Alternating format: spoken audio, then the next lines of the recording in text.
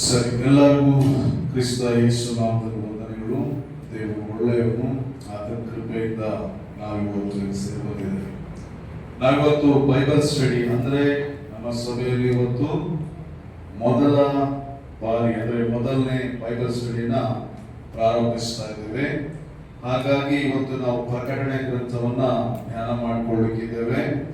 ಜಾಗ್ರತೆ ಕೇಳಿಸ್ಕೊಳ್ರಿ. ನಾವು ಪ್ರಕಟಣೆ ಗ್ರಂಥವನ್ನ ಧ್ಯಾನ ಮಾಡಿಕೊಳ್ಳಿಕ್ಕಿದ್ದೇವೆ. ಸರಿ, ಇವತ್ತು ನಾವು ಪ್ರಕಟಣೆ ಗ್ರಂಥದ ಬಗ್ಗೆ ಬರೆದುಕೊಳ್ಳೋಣ್ರಿ, ನಾವು ಆಲೋಚನೆ ಮಾಡೋಣ್ರಿ. ಇಲ್ಲಿ ಒಂದೊಂದು ವಿಷಯಗಳು ನಾನು ಹೇಳ್ತೇನೆ. ಪ್ರಕಟಣೆ ಅಥವಾ ರೆವಲೇಷನ್ ಅಥವಾ ಪ್ರಕಟಣೆ ಪುಸ್ತಕ ಮೊದಲನೇ ಅಧ್ಯಾಯವನ್ನ ನಾವಿವತ್ತು ಧ್ಯಾನ ಮಾಡಿಕೊಳ್ಳಿಕ್ಕಿದ್ದೇವೆ. ನೋಡ್ರಿ, ಈ ಪ್ರಕಟಣೆ ಗ್ರಂಥ ನಾನು ಸುಮ್ಮನೆ ಸಂಕ್ಷಿಪ್ತವಾಗಿ ನಿಮಗೆ ನಾನು ಕೆಲವು ವಿಷಯಗಳು ಹೇಳ್ತೇನೆ, ನೀವು ಇದನ್ನು ಬರ್ಕೊಳ್ಳಿ. ಈ ಪುಸ್ತಕ ಬರೆದವರು ಯಾರು ಅಂತ ನೋಡ್ಬೇಕಾದ್ರೆ, ಈ ಪುಸ್ತಕ ಬರೆದವರು ಯಾರು ಅಂದ್ರೆ ಅಪೊಸ್ತಲನಾದ ಯೋಹಾನನು. ಯಾರು? ಅಪೊಸ್ತಲನಾದ ಯೋಹಾನನು ಈ ಪುಸ್ತಕವನ್ನ ಬರೆದಿದ್ದ. ಈ REV ಅಂದ್ರೆ ಪ್ರಕಟಣೆ ಗ್ರಂಥ. RV ಅಂದ್ರೆ ಪ್ರಕಟಣೆ ಅಂತ ಹೇಳಿ ಇಂಗ್ಲಿಷ್ ಅಲ್ಲಿ ಬಂದ ರೆವಲೇಷನ್ ನಾವು ಶಾರ್ಟ್ ಆಗಿ ಇಲ್ಲಿ ನಾವು ಬರೆದಿರ್ತೇವೆ. ನಾನು ರೆಫರೆನ್ಸ್ ಬರೆಯುವಾಗ REV ಅಂತ ಬರೆದಿದೆ ಅಂದ್ರೆ ಅದರ ಅರ್ಥ ಏನು? ಪ್ರಕಟಣೆ ಗ್ರಂಥ ಅಂತ ಹೇಳಿ. ಸರಿ, ಪ್ರಕಟಣೆ ಗ್ರಂಥ 1:9 ಅಪೊಸ್ತಲನಾದ ಯೋಹಾನನ ಬಗ್ಗೆ ಬರೆಯಲ್ಪಟ್ಟದ. ಅಪೊಸ್ತಲನಾದ ಯೋಹಾನನ ಬಗ್ಗೆ ಬರೆಯಲ್ಪಟ್ಟದ, ಅವನು ಬರೀತಾನೆ ಅಂತ ಹೇಳಿ. ಎರಡನೇದಾಗಿ ಈ ಪುಸ್ತಕ ಬರೆದಂತ ಸ್ಥಳ, ಈ ಪುಸ್ತಕ ಬರೆದಂತ ಸ್ಥಳ ಯಾವುದು ಅಂತ ನೋಡ್ಬೇಕಾದ್ರೆ ಪದ್ಮೋಸ್ ದ್ವೀಪ. ಪದ್ಮೋಸ್ ದ್ವೀಪ ಅಂತ ಹೇಳಿ ನಮಗೆ ಪ್ರಕಟಣೆ ಗ್ರಂಥ 1:9 ಹೇಳಲ್ಪಡ್ತದೆ. ಪದ್ಮೋಸ್ ಅನ್ನುವಾಗ ಅದು ಎಷ್ಟಿರ್ತದೆ ಆಮೇಲೆ ನಾನು ಮುಂದಿನ ದಿನದಲ್ಲಿ ಹೇಳ್ತೇನೆ, ಮುಂದಿನ ಟೈಮಲ್ಲಿ ಹೇಳ್ತೇನೆ ಅದು ಎಷ್ಟು ಏನು ಅಂತ ಹೇಳಿ. ಈ ಪುಸ್ತಕ ಬರೆದ ಕಾಲ, ಈ ಪುಸ್ತಕ ಬರೆದ ಸಮಯ ಯಾವುದಪ್ಪ ಅಂದ್ರೆ AD ಅಥವಾ ಕ್ರಿಸ್ತ ಶಕ 95ರಿಂದ 96ನೇ ಇಸ್ವಿ ಮಧ್ಯದಲ್ಲಿ ಅದೇನ್ ಮಾಡಿರ್ಬೋದು, ಬರೆಯಲ್ಪಟ್ಟಿರ್ಬೋದು. ಸರಿ, ಈ ಪುಸ್ತಕ ಬರೆದವರು ಯಾರು? ಅಪೊಸ್ತಲನಾದ ಯೋಹಾನನು. ಈ ಪುಸ್ತಕ ಬರೆದ ಸ್ಥಳ ಎಲ್ಲಿದೆ? ಪದ್ಮೋಸ್ ದ್ವೀಪ. ಈ ಪುಸ್ತಕ ಬರೆದ ಕಾಲ ಯಾವುದು? ಕ್ರಿಸ್ತ ಶಕ ಅಥವಾ AD 95ರಿಂದ 96ನೇ ಇಸ್ವಿ ಮಧ್ಯದಲ್ಲಿ ಅದು ಬರೆಯಲ್ಪಟ್ಟದೆ. ಈ ಪುಸ್ತಕ ಬರೆದ ಭಾಷೆ ಯಾವುದಪ್ಪ ಅಂದ್ರೆ ಗ್ರೀಕ್ ಭಾಷೆ. ಯಾವ ಭಾಷೆಯಲ್ಲಿ ಬರೆದಿದೆ?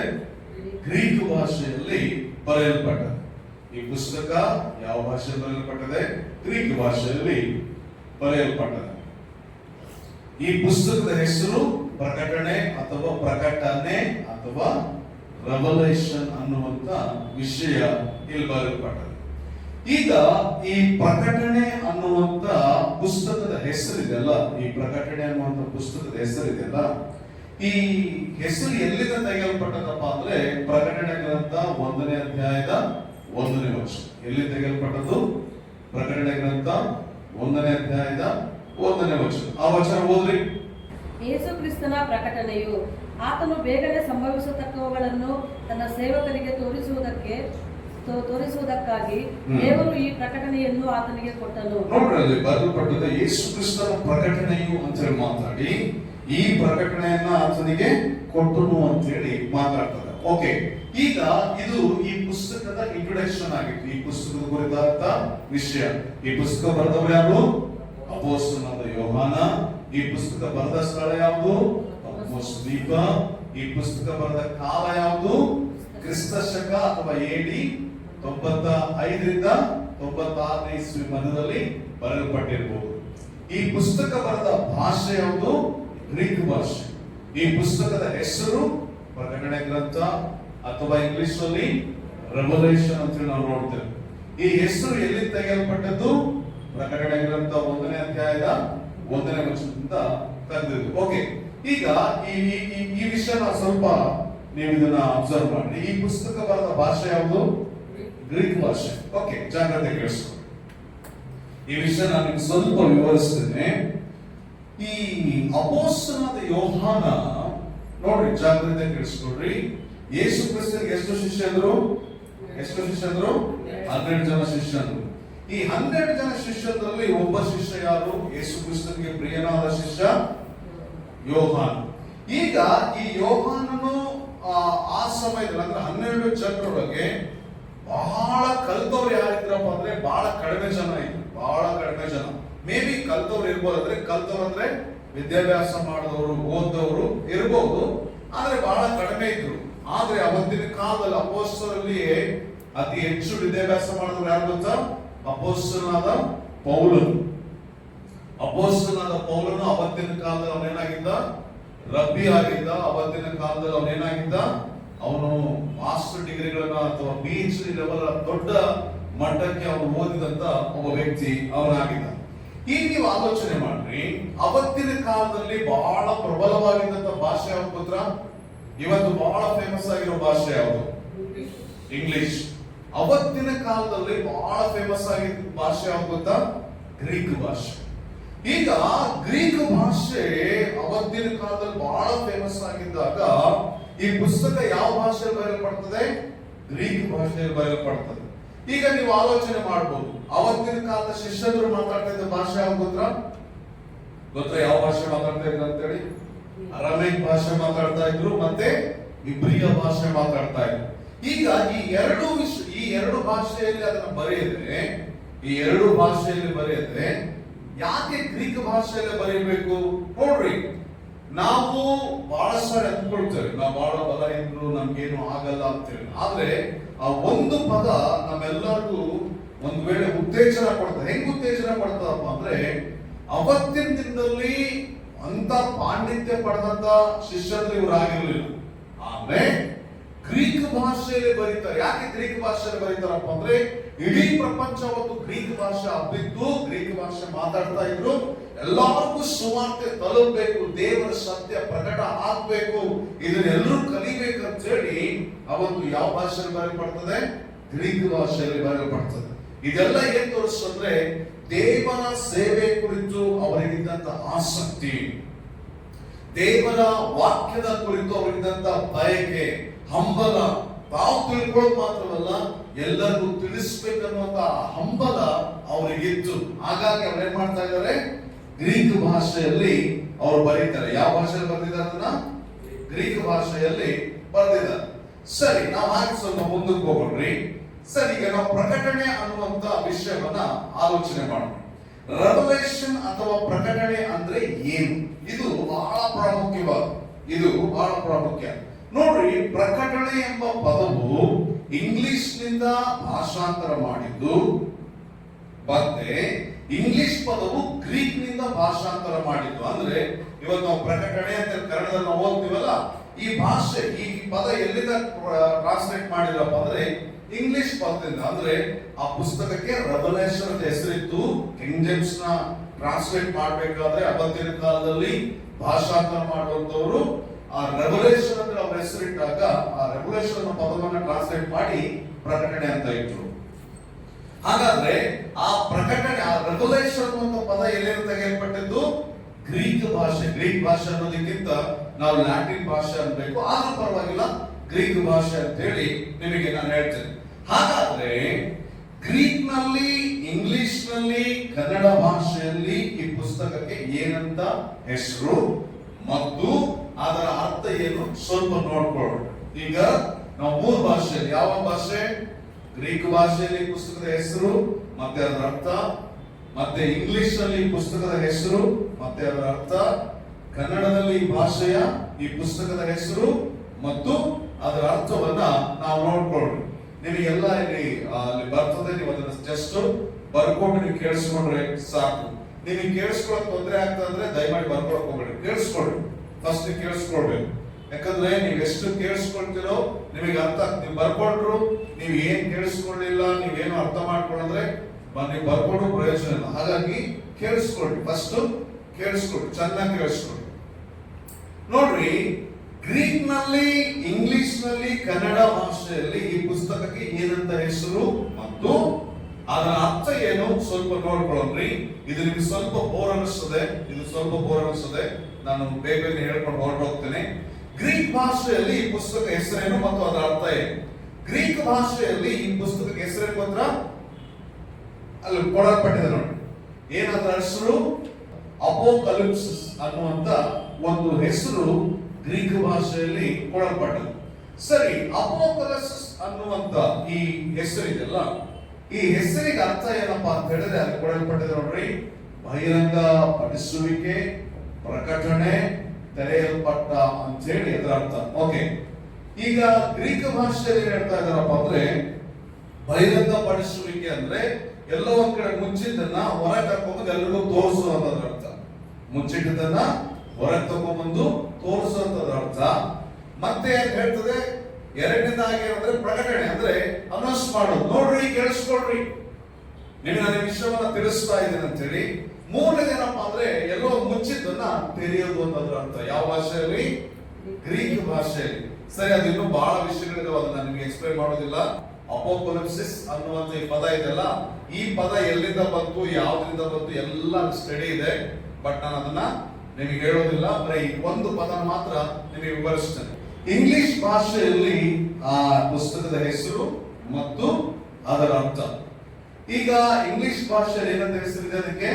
ರೆವಲ್ಯೂಷನ್ ಅನ್ನುವಂತ ಹೆಸರಿದೆ. ರೆವಲ್ಯೂಷನ್ ಅನ್ನುವಂತ ಇದರ ಅರ್ಥ ಏನಪ್ಪಾ ಅಂದ್ರೆ ಕೆಲವನ್ನ ಬಹಿರಂಗ ಪಡಿಸು. ಮೊದಲನೇ ಅರ್ಥ ಏನು? ಕೆಲವನ್ನ ಬಹಿರಂಗ ಪಡಿಸು ಅಂತ ಹೇಳಿ. ಆಕ್ಚುಲಿ ನಾನು ಇಲ್ಲಿ ಕನ್ನಡ ಟ್ರಾನ್ಸ್ಲೇಷನ್ ಮಾಡೋದು ತಪ್ಪಿದೆ. ಇದು ಪ್ರವೇಶ್ಲಿ ಅನ್ನೋನ್ ಅಂತ ಹೇಳಿದ್ರೆ ಈ ಎರಡನೇ ಅರ್ಥ ಇದೆಲ್ಲ, ಅದರ ಅರ್ಥ ಏನಪ್ಪಾ ಅಂತ ಹೇಳಿದ್ರೆ ತಿಳಿಯದೇ ಇರುವಂತ ಅಥವಾ ವೈಯಕ್ತಿಕವಾದಂತ ವಿಷಯವನ್ನ ವ್ಯಕ್ತಪಡಿಸೋದು ಅಂತ ಹೇಳಿ, ಇದು ಅದರ ಅರ್ಥ. ಈಗ ನಾವು ನೋಡ್ತೀವಿ ಅಂದ್ರೆ ಎರಡನೇ ಅರ್ಥ ಬಂದು ರೆವಲ್ಯೂಷನ್ ಅಂತ ಪದದಿಂದ ಈ ಎರಡು ವಿಷಯಗಳು ಬರ್ತವೆ. ಓಕೆ, ಇದು ಕ್ಲಿಯರ್ ಆಯ್ತಾ? ನಮ್ಮ ಮುಂದೆ ಹೋಗೋಣ. ಸರಿ, ಈಗ ಕನ್ನಡ ಭಾಷೆಯಲ್ಲಿ ಈ ಪುಸ್ತಕದ ಹೆಸರು ಮತ್ತು ಇದರ ಅರ್ಥ ನೋಡ್ಕೊಂಡ್ರಿ. ಕನ್ನಡ ಭಾಷೆಯಲ್ಲಿ ಅದಕ್ಕೆ ಏನಂತ ಹೆಸರಿದೆ? ಪ್ರಕಟಣೆ ಅನ್ನುವಂತ ಅರ್ಥ ಇದೆ. ಪ್ರಕಟಣೆ ಅಂದ್ರೆ ಅದರ ಅರ್ಥ ಏನಪ್ಪಾ ಅಂದ್ರೆ ತಿಳಿಯಪಡಿಸುವುದು. ಇಲ್ಲಿದೆ ನೋಡ್ರಿ, ಅದರ ಅರ್ಥ ಏನಪ್ಪಾ ಅಂದ್ರೆ ಇದು ತಿಳಿಯಪಡಿಸುವುದು ಮತ್ತೆ ಬಹಿರಂಗಪಡಿಸುವುದು ಅಂತ ಹೇಳಿ. ಅದರ ಅರ್ಥ ಏನು? ಪ್ರಕಟಣೆ ಅಂದ್ರೆ ತಿಳಿಯಪಡಿಸುವುದು ಮತ್ತು ಬಹಿರಂಗಪಡಿಸುವುದು ಅಂತ ಹೇಳಿ ಇದರ ಅರ್ಥ. ಓಕೆ, ಇದು ಕ್ಲಿಯರ್ ಆಯ್ತಾ? ಕ್ಲಿಯರ್ ಆಗಿದ್ರೆ ನಾವು ಮುಂದೆ ಹೋಗೋಣ್ರಿ. ಈಗ ನಾವು ಮೂರು ಭಾಷೆಯಲ್ಲಿ ನಾವೇನ್ ಮಾಡಿದ್ವಪ್ಪ ಅಂದ್ರೆ ಆ ಹೆಸರಿನ ಅರ್ಥವನ್ನು ನೋಡ್ಕೊಂಡ್ವಿ. ಒಂದನೇದು ಗ್ರೀಕ್ ಭಾಷೆಯಲ್ಲಿ ಹೇಳ್ತಾರೆ, ಎರಡನೇದು ಇಂಗ್ಲಿಷ್ ಭಾಷೆಯಲ್ಲಿ ಹೇಳ್ತಾರೆ, ಮೂರನೇದು ಕನ್ನಡ ಭಾಷೆಯಲ್ಲಿ ಹೇಳ್ತಾರೆ ಅಂತ ಹೇಳಿ ನಾವು ನೋಡ್ಕೊಂಡ್ವಿ. ಈಗ ಇದನ್ನ ನೋಡ್ರಿ, ಹೊರನೋಟ.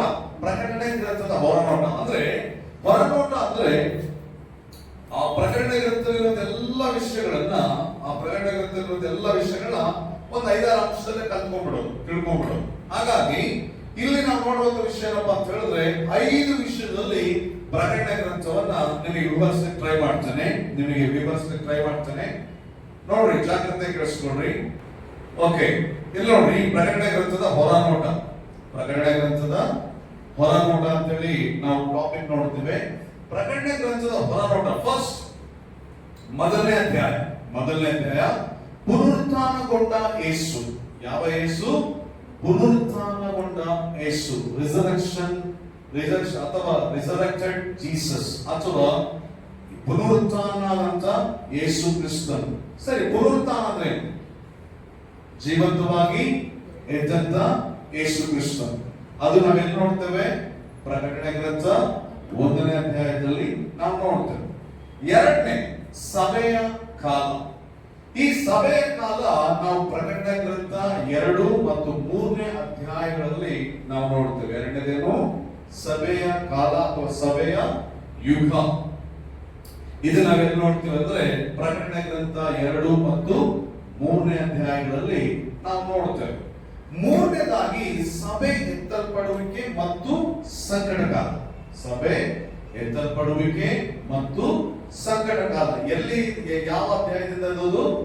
ಪ್ರಕಟಣೆ ಗ್ರಂಥ 4ನೇ ಅಧ್ಯಾಯದಿಂದ ಹಿಡಿದು 19ನೇ ಅಧ್ಯಾಯ ತನಕ ಸಭೆ ಎತ್ತಲ್ಪಡುವಿಕೆ ಮತ್ತು ಸಂಕಟ ಕಾಲ. ಆಮೇಲೆ ನಾಲ್ಕನೇದಾಗಿ ನೋಡ್ಬೇಕಾದ್ರೆ ಯೇಸು ಕ್ರಿಸ್ತನ 2ನೇ ಬರೋಣ ಮತ್ತು 1000 ವರ್ಷ ಆಳ್ವಿಕೆ. ನಾಲ್ಕನೇದು ಯೇಸು ಕ್ರಿಸ್ತನ 2ನೇ ಬರೋಣ ಮತ್ತು 1000 ವರ್ಷ ಆಳ್ವಿಕೆ. ಎಲ್ಲಿ ಬರೆಯಲ್ಪಟ್ಟಿದೆ, ಅದು ಎಲ್ಲಿ ನೆರವೇರ್ತದೆ, ಯಾವ ವಾಕ್ಯದಲ್ಲಿ ನೆರವೇರ್ತದೆ? ಪ್ರಕಟಣೆ ಗ್ರಂಥ 20ನೇ ಅಧ್ಯಾಯದಲ್ಲಿ. ಪ್ರಕಟಣೆ ಗ್ರಂಥ 20ನೇ ಅಧ್ಯಾಯದಲ್ಲಿ ಇದು ನೆರವೇರ್ತದೆ. 5ನೇದಾಗಿ ನೋಡ್ಬೇಕಾದ್ರೆ ಬಿಳಿ ಸಿಂಹಾಸನ ತೀರ್ಪು ಮತ್ತು ನಿತ್ಯತ್ವದ ಸ್ಥಿತಿ. 5ನೇದಾಗಿ ಬಿಳಿ ಸಿಂಹಾಸನ ನ್ಯಾಯ ತೀರ್ಪು ಅಲ್ಲ, ತೀರ್ಪು ಅಂತ ಮಾಡಿದರೆ ನ್ಯಾಯ ತೀರ್ಪು ಅಂತ ಬೇಕಾದ್ರೆ ನೀವು ಬರ್ಕೊಳ್ಬಹುದು. ಇದು ಕಡೆಯ ನ್ಯಾಯ ತೀರ್ಪು ಮತ್ತು ನಿತ್ಯತ್ವದ ಸ್ಥಿತಿ. ಇದರಲ್ಲಿ ನಾವು ನೋಡ್ತೇವೆ ಪ್ರಕಟಣೆ ಗ್ರಂಥ 21, 22ನೇ ಅಧ್ಯಾಯದಲ್ಲಿ ನಾವು ಇವುಗಳನ್ನ ನೋಡ್ತೇವೆ. ಓಕೆ, ಇದು ಬರ್ಕೊಂಡ್ರ? 1ನೇದಾಗಿ ಪುನರುತ್ಥಾನಗೊಂಡ ಯೇಸು, ಪ್ರಕಟಣೆ ಗ್ರಂಥ 1ನೇ ಅಧ್ಯಾಯ. 2ನೇದಾಗಿ ಸಭೆಯ ಕಾಲ ಅಥವಾ ಸಭಾಯುಗ, ಪ್ರಕಟಣೆ ಗ್ರಂಥ 2 ಮತ್ತು 3ನೇ ಅಧ್ಯಾಯಗಳು. 3ನೇದಾಗಿ ಸಭೆ ಎತ್ತಲ್ಪಡುವಿಕೆ ಮತ್ತು ಸಂಕಟ ಕಾಲ, ಇದು ಪ್ರಕಟಣೆ ಗ್ರಂಥ 4ನೇ ಅಧ್ಯಾಯದಿಂದ 19ನೇ ಅಧ್ಯಾಯ ತನಕ. 4ನೇದಾಗಿ ಯೇಸು ಕ್ರಿಸ್ತನ 2ನೇ ಬರೋಣ ಮತ್ತು 1000 ವರ್ಷ ಆಳ್ವಿಕೆ, ಎಲ್ಲಿ ಬರೆಯಲ್ಪಟ್ಟದ್ದು? ಪ್ರಕಟಣೆ ಗ್ರಂಥ 20ನೇ ಅಧ್ಯಾಯ. 5ನೇದಾಗಿ ಬಿಳಿ ಸಿಂಹಾಸನ ನ್ಯಾಯ ತೀರ್ಪು ಮತ್ತು ನಿತ್ಯತ್ವದ ಸ್ಥಿತಿ. ಇದು ನಾವೇನ್ ನೋಡ್ತೇವೆ ಪ್ರಕಟಣೆ ಗ್ರಂಥ 21ನೇ ಅಧ್ಯಾಯದಿಂದ 22ನೇ ಅಧ್ಯಾಯ ತನಕ. ಓಕೆ, ಇದನ್ನ ಸ್ವಲ್ಪ ನಾವು ಆಲೋಚನೆ ಮಾಡೋಣ, ನೋಡೋಣ ನಿಮ್ಗೆ ಎಷ್ಟು ಮಟ್ಟಿಗೆ ಇದು ಜ್ಞಾನೋದಯ ಆಗ್ತದೆ ಅಂತ ಹೇಳಿ. 1ನೇ ಅಧ್ಯಾಯದಲ್ಲಿ ಪುನರುತ್ಥಾನಗೊಂಡ ಯೇಸು ಅಂತ ಹೇಳಿ ನಾವು ನೋಡ್ತೇವೆ. ಅಂದ್ರೆ ಯೇಸು ಕ್ರಿಸ್ತನು ನಮ್ಮೆಲ್ಲರಿಗೂ ಗೊತ್ತಿದ್ದಾಗ ಹೇಗಿದ್ದ ಆತನು ದೀನನಾಗಿ, ದೀನ ಸ್ಥಿತಿಯಿಂದ ಆತನು ನಮ್ಮೆಲ್ಲರ ಮಧ್ಯದಲ್ಲಿ ಬಂದು ಆತನು ಲೋಕದ ಸೃಷ್ಟಿಕರ್ತನಾಗಿದ್ರು ಸಹ ಆತನೇನ್ ಮಾಡಲ್ಪಟ್ಟ? ಮಾನವರ ಕೈಗೆ ಸಿಕ್ಕಿ ಹಾಕಲ್ಪಟ್ಟು, ಮಾನವರ ಕೈಯಿಂದ ಹೊಡೆಯಲ್ಪಟ್ಟು, ಮಾನವರಿಂದ ನಿಂದಿಸಲ್ಪಟ್ಟು, ಮಾನವರಿಂದ ಅವಮಾನಿಸಲ್ಪಟ್ಟು, ಮಾನವರಿಂದ ಮರಣ ಶಿಕ್ಷೆ ಗುರಿ ಆಗ್ತಾರೆ. ಆದ್ರೆ ಅಲ್ಲಿ ತನಕ ಓಕೆ, ಇದೆಲ್ಲ ಕಣ್ಣುಗಳು ಕಂಡು. ಆದ್ರೆ ಇನ್ನ ನೆಕ್ಸ್ಟ್ ಯೇಸು ಕ್ರಿಸ್ತನ್ ಹಾಗಿಲ್ಲ. ಹೇಗಿದ್ದಾನೆ ಆತನು? ಪುನರುತ್ಥಾನಗೊಂಡ ಯೇಸು ಹೇಗಿರ್ತಾನೆ ಅಂತ ಹೇಳಿ ನಮಗೆ 1ನೇ ಅಧ್ಯಾಯದಲ್ಲಿ ಸ್ಪಷ್ಟವಾಗಿ ಮಾತಾಡೋದು. ಭಯಂಕರವಾಗಿರ್ತಾನೆ ಆತನು. ಇನ್ನೆಂದಿಗೂ ಸಹ ನಾವು ಆ ರೀತಿ ನೋಡ್ಲಿಕ್ಕೆ ಸಾಧ್ಯ ಇಲ್ಲ. ಇವತ್ತು ನಾವು ಸಾಕಷ್ಟು ಈ ಪಿಕ್ಚರ್ಗಳನ್ನು ನೋಡ್ತೇವೆ. ಯೇಸು ಕ್ರಿಸ್ತನ ಸಿನಿಮಾ ಅಂತ ಹೇಳಿ ಅಥವಾ ಯೇಸು ಕ್ರಿಸ್ತನ ಫೋಟೋಗಳು ಅಂತೇಳಿ ಬಹಳಷ್ಟು ಕಡೆ ಇಟ್ಟಿರ್ತಾರೆ. ಬಹಳ ಸಾಧುವಾಗಿ, ಬಹಳ ಇದಿರ್ತಲ್ಲ, ಆ ರೀತಿ ತೋರಿಸ್ತಾರೆ. ನಾ ಹೇಳೋದಂದ್ರೆ ಅದು ತೋರಿಸೋದು ಯಾವ ರೀತಿ ಇತ್ತಪ್ಪ ಅಂದ್ರೆ, ಯೇಸು ಕ್ರಿಸ್ತನ ಪುನರುತ್ಥಾನ ಆಗಿ ತೋಮನೆ ಕಾಣಿಸ್ಕೊಂಡಲ್ಲ, ಅಲ್ಲಿ ಮೇಬಿ ಹಾಗಿರ್ಬೋದು. ಆದ್ರೆ ಪರಲೋಕಕ್ಕೆ ಹೋದಂತ ಯೇಸು ಕ್ರಿಸ್ತನು ಹೇಗಿದ್ದಾನೆ ಅಂತ ಹೇಳಿ ನಮ್ಗೆ ಯಾವ್ದು ತೋರಿಸ್ತದೆ? ಪ್ರಕಟಣೆ ಗ್ರಂಥ 1ನೇ ಅಧ್ಯಾಯದಲ್ಲಿ ತೋರಿಸ್ತದೆ. 2ನೇದಾಗಿ ನಾವು ನೋಡ್ಬೇಕಾದ್ರೆ ಸಭೆಯ ಕಾಲ ಅಥವಾ ಸಭಾಯುಗ ಅಂದ್ರೆ, ಕೇಳಿಸ್ಕೊಳ್ಳಿ, ಜಾಗ್ರತೆ ಕೇಳಿಸ್ಕೊಳ್ಳಿ. ಸಭಾಯುಗ ಅಂದ್ರೆ ಯೇಸು ಕ್ರಿಸ್ತನು ಸತ್ತು ಹೂಣಲ್ಪಟ್ಟು 3ನೇ ದಿನದಲ್ಲಿ ಮೃತ್ಯುಂಜಯನಾಗಿ ಎದ್ದು ಆತನು 40 ದಿನಗಳ ಕಾಲ ಈ ಭೂಲೋಕದಲ್ಲಿ ಇದ್ಕೊಂಡು ಆತನ ಏನ್ ಮಾಡ್ತಾನೆ? ಸ್ವರ್ಗಾರೋಹಣ ಅಥವಾ ಪರಲೋಕಕ್ಕೆ ಆತನು ಏರಿ ಹೋಗ್ತಾನೆ. ನಾವು ಅಪೊಸ್ತಲರ ಕೃತ್ಯ 1ನೇ ಅಧ್ಯಾಯದಲ್ಲಿ ನಾವು ನೋಡ್ತೇವೆ. ಅಪೊಸ್ತಲರ ಕೃತ್ಯ 3ನೇ ಅಧ್ಯಾಯದಲ್ಲಿ ಮೊಟ್ಟ ಮೊದಲನೇದಾಗಿ ಪೇತ್ರನು ಪ್ರಸಂಗ ಮಾಡಿ ಅಲ್ಲಿ 3,000 ಜನರು ರಕ್ಷಣೆಯನ್ನು ನಾವು ನೋಡ್ತೇವೆ. ಅಂದ್ರೆ ಅಲ್ಲಿಗೆ ಸಭೆಯ ಸಮಯ ಪ್ರಾರಂಭವಾಯಿತು. ಅವತ್ತಿಂದ ಹಿಡಿದು ಸಭಾಯುಗ ಪ್ರಾರಂಭವಾಯಿತು. ಹಾಗಾದ್ರೆ ಅದಕ್ಕಿಂತ ಮೊದಲು ಸಭೆಯಲ್ಲಿ ಕೇಳಿಸ್ಕೊಳ್ರಿ, ಜಾಗ್ರತೆ ಕೇಳಿಸ್ಕೊಳ್ರಿ. ಕ್ರಿಸ್ತನ ದೇಹದಿಂದ ಕೂಡಲ್ಪಟ್ಟಂತ ಅಥವಾ ಕ್ರಿಸ್ತನ ರಕ್ತದಿಂದ ತೊಳೆಯಲ್ಪಟ್ಟು ಕ್ರಿಸ್ತನ ದೇಹದಿಂದ ಕೂಡಲ್ಪಟ್ಟ ದೇಹವಾದಂತ ಸಭೆ ಯಾವಾಗ ಅಂದ್ರೆ ಇವರಿಗೆ ಅಂದ್ರೆ 12 ಜನ ಅಪೊಸ್ತಲರಿಗೆ ಪವಿತ್ರಾತ್ಮ ಬಂದು, ಅಲ್ಲಿದ್ದಂತ 120 ಜನರ ಮೇಲೆ ಪವಿತ್ರಾತ್ಮ ಬಂದು, ಅವರ ನಂತರ 3,000 ಜನ ರಕ್ಷಣೆ ಹೊಂದಿ ಅವರೆಲ್ಲ ಸೇರ್ಕೊಂಡು ಒಂದ್ ಕಡೆ ಸೇರ್ಕೊಳ್ತಲ್ಲ, ಅದು ಸಭೆ. ಸಭೆ ಅಂದ್ರೆ ಏನು ಕೇಳಿಸ್ಕೊಳ್ರಿ. ಸಭೆ ಅಂದ್ರೆ ಸಭೆನ ಇಂಗ್ಲಿಷ್ ಅಲ್ಲಿ ಏನ್ ಹೇಳ್ತಾರೆ? ಚರ್ಚ್ ಅಂತ ಹೇಳ್ತಾರೆ. ಸಭೆ ಏನಂತ ಹೇಳ್ತಾರೆ? ಚರ್ಚ್ ಅಂತ ಹೇಳ್ತಾರೆ. ಈಗ ನಿಮಗೆ ಸಭೆ ಅಂದ್ರೆ ಏನು, ಚರ್ಚ್ ಅಂದ್ರೆ ನಿಮಗೆ ಚೆನ್ನಾಗಿ ಗೊತ್ತಿರ್ಬೇಕು. ನಿಮಗೆ ಚೆನ್ನಾಗಿ ಗೊತ್ತಿರ್ಬೇಕು. ಈಗ ನಾವು ಕೂತ್ಕೊಂಡಿದ್ವಲ್ಲ, ಈ ಬಿಲ್ಡಿಂಗ್ ಚರ್ಚ್ ಅಲ್ಲ ಇದು. ಅದನ್ನ ನಾವು ಹೊರಗಡೆ ಏನ್ ಮಾಡಿದ್ದೇವೆ? ಒಳ್ಳೆ ಕುರುಬನ ಸಭೆ, ಒಳ್ಳೆ ಕುರುಬ ಗುಡ್ ಶೆಪರ್ಡ್ ಚರ್ಚ್ ಅಂತ ನಾವು ಹಾಕಿದ್ದೇವೆ. ಅದನ್ನ ಆ ರೀತಿ ಮಾಡಿಬಿಟ್ಟಿದ್ದಾರೆ. ನಿಜ ಹೇಳ್ಬೇಕಂದ್ರೆ ಇದು ಚರ್ಚ್ ಅಲ್ಲ, ಇದು ಸಭೆ ಅಲ್ಲ. ಈ ಬಿಲ್ಡಿಂಗ್ ಸಭೆ ಅಲ್ಲ, ಈ ಬಿಲ್ಡಿಂಗು ಚರ್ಚ್ ಅಲ್ಲ. ಮತ್ತೆ ಹಾಗಾದ್ರೆ ಏನು? ಯಾರು ಹಾಗಾದ್ರೆ ಏನಾದ್ರೆ ಸಭೆ ಅಂದ್ರೆ ಏನು? ಚರ್ಚ್ ಅಂದ್ರೆ ಸಭೆ ಅಂದ್ರೆ ಏನು ಗೊತ್ತಾ? ನೀವು 10 ಜನ 20 ಜನ ಒಂದ್ ಕಡೆ ಸೇರ್ತಿರಲ್ಲ, ಈ ಸೇರೋದಕ್ಕೆ ಅಂದ್ರೆ ನಾವು ಸೇರೋದಕ್ಕೆ ನಾವೇನೆಲ್ಲ ಒಂದು 10 ಜನ 20 ಜನ ಸೇರ್ಕೊಳ್ತೀವಲ್ಲ, ಜನರು ಸೇರ್ಕೊಳ್ತೀವಲ್ಲ, ಅದು ಸಭೆ. ನಾವು ಸೇರೋದ್ರಿಂದ ನಾವು ಸೇರಿದ್ದಕ್ಕೆ ಏನ್ ಹೇಳ್ತಾರೆ? ಸಭೆ ಅಂತ ಹೇಳ್ತಾರೆ. ಎರಡನೇದಾಗಿ ಸಭಾಂಗಣ ಅಂತ ಹೇಳ್ತಾರೆ. ಸಭಾಂಗಣ ಅಂದ್ರೆ ಏನು? ಸಭೆ ಜನರು ಸೇರುವಂತ ಒಂದು ಅಂಗಳ ಅಥವಾ ಒಂದು ಸ್ಥಳ. ಹೇಳೋದಂತರ ಸಭೆ ಯಾರು? ನೀವು. ಇದನ್ನ ನೆನಪಿಟ್ಕೊಳ್ಬೇಕು ನೀವು. ಸಭೆ ಬಂದು ಬಿಲ್ಡಿಂಗ್ ಅಲ್ಲ, ಸಭೆ ಬಂದು ನೀವು ಮತ್ತು ನಾನು ಸಭೆ ಆಗಿದೆ. ಈಗ ಚರ್ಚ್ ಅಂದ್ರೆ ಇಂಗ್ಲಿಷ್ ಭಾಷೆಯಲ್ಲಿ ಸೇಮ್, ಇಂಗ್ಲಿಷ್ ಭಾಷೆಯಲ್ಲೂ ಸಹ ಚರ್ಚ್ ಅಂದ್ರೆ ಜನರು, ಕಾಂಗ್ರಿಗೇಷನ್, ಜನರು ಬಂದು ಸೇರ್ಕೊಳ್ಳೋದಕ್ಕೆ ಚರ್ಚ್ ಎಂಬುದಾಗಿ ಹೇಳ್ತಾ ಇದ್ರು. ಜನರು ಸೇರ್ಕೊಳ್ಳುವಂತ ಸ್ಥಳ. ಬಟ್ ಅದು ಇವತ್ತು ಏನಾಗ್ಬಿಟ್ಟಿದೆ, ಅದೊಂದು ಹಂತದಲ್ಲಿ ಚರ್ಚ್ ಅನ್ನುವಂತ ಸಭೆ ಅನ್ನುವಂತ ಪದ ಬಿಲ್ಡಿಂಗ್ಗಳಿಗೆ ಬಂದು ನಿಂತ್ಕೊಂಡ್ಬಿಟ್ಟಿದೆ. ಇಲ್ಲ, ನಾವು ನಿಜವಾದ ಚರ್ಚು, ನಾವು ನಿಜವಾದಂತ ಸಭೆ, ನಾವು ನಿಜವಾದಂತ ಚರ್ಚು, ನಾವು ನಿಜವಾದಂತ ಸಭೆ.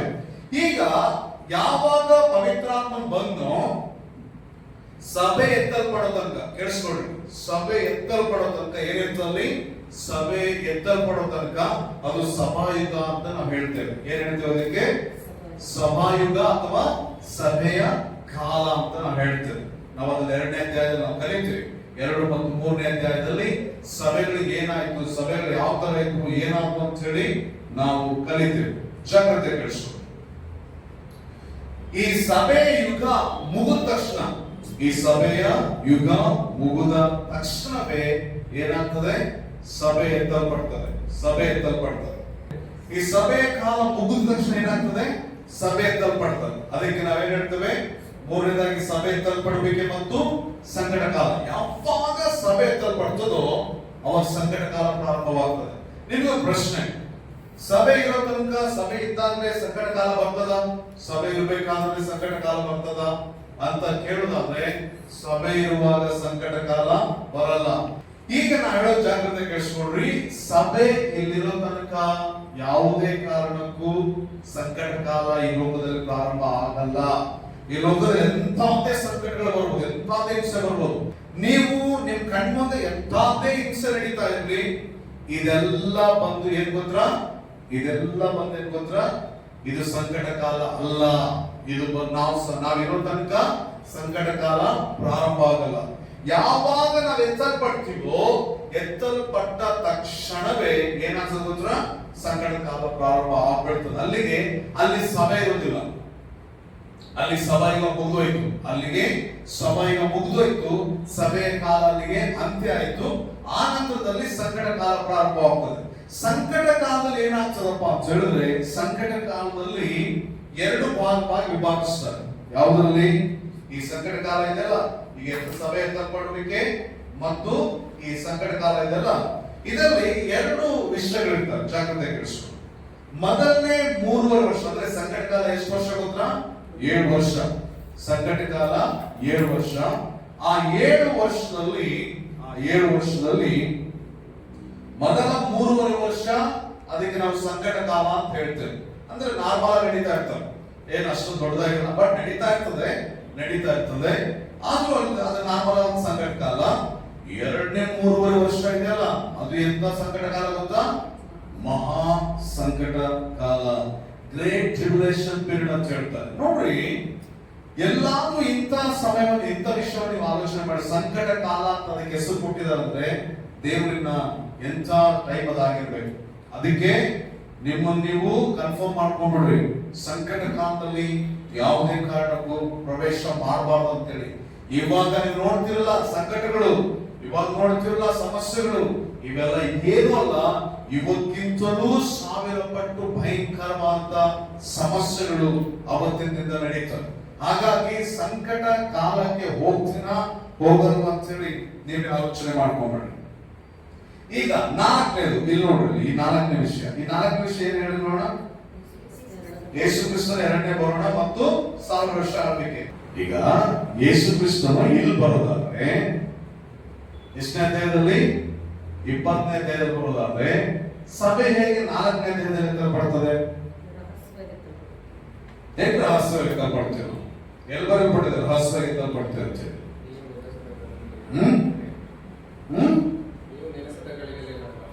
ಹೌದು, ನಿಜ. ನೆನೆಸೋಗಳಿಗೆ ದೇವ್ರು ಬರ್ತಾರೆ. ನಾವೀಗ ಕುತ್ಕೊಂಡಿದ್ವಿ, ನಾವೇನು ಅನ್ಕೊಂಡಿದ್ವಿ ಯೇಸು ಕ್ರಿಸ್ತ ಬರ್ತಾನೆ ಅಂತ ಹೇಳಿ. ನಾವು ವಾಕ್ಯ ಕಲಿಯೋದ್ರ ಬಗ್ಗೆ ಯೋಚನೆ ಮಾಡ್ತಾ ಇದ್ವಿ. ಪಟ್ಟದ ಅದನ್ನು ಬರ್ತಾನೆ ಅಂದ್ರೆ ನಾವು ಅನ್ಕೊಂಡೇ ಇರೋದಿಲ್ಲ. ಈಗ ನಾವು ಈ ವಾಕ್ಯ ಕಲಿಯೋದ್ರ ಬಗ್ಗೆ ಗಮನ ಕೊಡ್ತಾ ಇದ್ದೇವೆ, ನಾವೀಗ ಇದನ್ನ ಧ್ಯಾನ ಮಾಡ್ತಾ ಇದ್ದೇವೆ. ನಾವು ಅಂದ್ಕೊಂಡೇ ಇರೋದಿಲ್ಲ, ಅದನ್ನ ಬರ್ತಾನೆ ಬಂದ ಮೇಲೆ ಎತ್ಕೊಂಡು ಹೋಗ್ಬಿಡ್ತಾನೆ. ಅಂದ್ರೆ ನೀವು ನೆನೆಸಿದ ಗಳಿಗೆಯಲ್ಲಿ ನಾನು ಬರ್ತೀನಿ ಅಂತ ಅದನ್ನ ಹೇಳಿದಾನೆ, ಸರಿ ಒಪ್ಕೊಳ್ತೇನೆ. ಈಗ ನನ್ನ ಪ್ರಶ್ನೆ ಏನಂದ್ರೆ, ಯೇಸು ಕ್ರಿಸ್ತನು ಇಲ್ಲಿ ಬರೋದಾದ್ರೆ ಸಭೆ ಹೇಗೆ ಎತ್ತಲ್ಪಡ್ತದೆ? ಇಲ್ಲಿ ನಿಮ್ಮನ್ನು ಕನ್ಫ್ಯೂಸ್ ಮಾಡ್ತಾರೆ ವಿಷಯದಲ್ಲಿ. ನಿಮ್ಗೆ ಅದಕ್ಕೋಸ್ಕರ ಪ್ರಶ್ನೆ ಕೇಳ್ತೇನೆ. ನಾನು ಆಲ್ರೆಡಿ ಹೇಳಿದ್ದೇನೆ, ನಿಮಗೆ ಮರ್ತೋಗಿದ್ರೆ ಅಷ್ಟೇ ನೀವು. ಓಕೆ, ಕೇಳಿಸ್ಬಿಡಿ. ಪ್ರಪಂಚದೊಳಗೆ 2 ಥಿಯರಿಗಳಿದಾವೆ. ಏನ್ ಥಿಯರಿಗಳಿದಾವೆ? ಪ್ರಪಂಚದೊಳಗೆ 2 ಥಿಯರಿಗಳಿದಾವೆ. ಏನ್ ಥಿಯರಿ ಅಂದ್ರೆ ಏನು? 2 ಸಿದ್ಧಾಂತಗಳು. ಒಂದೇ ಸಿದ್ಧಾಂತ ಏನಪ್ಪಾ ಅಂತ ಹೇಳಿದ್ರೆ, ಯೇಸು ಕ್ರಿಸ್ತನು ಒಂದೇ ಸಾರಿ ಬರೋದು. ಒಂದ್ ಸಾರಿ ಹೋಗಿದ್ದಾನೆ, ಒಂದೇ ಸಾರಿ ಬರ್ತಾನೆ. ಅದು ಯಾವಾಗಪ್ಪ ಅಂತ ಹೇಳಿದ್ರೆ ಸಂಕಟ ಕಾಲ ಆದ್ಮೇಲೆ ಆತನ ಏನ್ ಮಾಡ್ತಾನೆ? ಇಲ್ಲಿ ಬರ್ತಾನೆ. ಹಾಗಾಗಿ ಸಭೆ ಏನ್ ಮಾಡ್ತಾರೆ? ಎತ್ತಲ್ಪಡೋದಿಲ್ಲ. ಈ ಸಂಕಟ ಕಾಲದೊಳಗೆ ದಾಟ್ಕೊಂಡು ಇಲ್ಲಿಗೆ ಹೋಗ್ತಾರೆ ಅಂತ ಹೇಳಿ ಇದು ನಂಬ್ತಾರೆ. ಇನ್ನೊಂದು ಗುಂಪಿದೆ, ಅವ್ರೇನ್ ನಂಬ್ತಾರಪ್ಪ ಅಂತ ಹೇಳಿದ್ರೆ, ಇನ್ನೊಂದು ಗುಂಪು ಏನಿದೆ ಅಂತ ನಂಬ್ತಾರಂದ್ರೆ, ಇಲ್ಲ ಇಲ್ಲ ಯೇಸು ಕ್ರಿಸ್ತ ಬರೋದಿಲ್ಲ, ಆದ್ರೆ ಬಂದು ಹೋಗ್ಬಿಟ್ಟಿದ್ದಾರೆ ಅಂತ ಹೇಳಿ ಮಾತಾಡ್ತಾರೆ. ಒಂದೇ ಗುಂಪೇನು, ಇಲ್ಲಿ ಯೇಸು ಕ್ರಿಸ್ತ ಬರ್ತಾನೆ, ನಾವು ಹಾಗಾಗಿ ಎತ್ತಲ್ಪಡೋದಿಲ್ಲ, ನಾವೇನ್ ಮಾಡ್ತೀವಿ? ಸೀದಾ ಡೈರೆಕ್ಟ್ ಆಗಿ ಇಲ್ಲಿ ತನಕ ನಾವು ಸಂಕಟ ಕಾಲ ದಾಟ್ಕೊಂಡು ಇಲ್ಲಿ ಹೋಗ್ತೇವೆ. ಸಂಕಟ ಕಾಲ ಆದ್ಮೇಲೆ ನಾವ್ ಎತ್ತಲ್ಪಡ್ತೀವಿ. ನಾನು ಯೇಸು ಕ್ರಿಸ್ತ ನಂತರ ಹಂಗೆ ಕಲ್ಸ್ಕೊಟ್ಟಿದ್ದು, ನಾನು ಹಂಗೆ ಕಲ್ತಿದ್ದು. ಇನ್ನು ಕೆಲವರು ಇರ್ತಾರೆ, ಏನಪ್ಪಾ ಅಂತ ಹೇಳಿದ್ರೆ ಯೇಸು ಕ್ರಿಸ್ತನು ಬರೋದಿಲ್ಲ ಅಂತ ನಂಬ್ತಾರೆ, ಆಲ್ರೆಡಿ ಹೋಗ್ಬಿಟ್ಟಿದೆ ಅಂತ ನಂಬ್ತಾರೆ. ಇನ್ನು ಕೆಲವರು ಏನ್ ಮಾಡ್ತಾರಪ್ಪ ಅಂದ್ರೆ, ನಾನೇ ಯೇಸು ಅಂತೇಳಿ ಇವತ್ತಿಗೂ ಸಹ ಬಹಳ ಜನರು ಹೇಳ್ಕೊಂಡು ತಿರುಗ್ತಾ ಇದ್ದಾರೆ, ನಾನೇ ಯೇಸು ಅಂತೇಳಿ.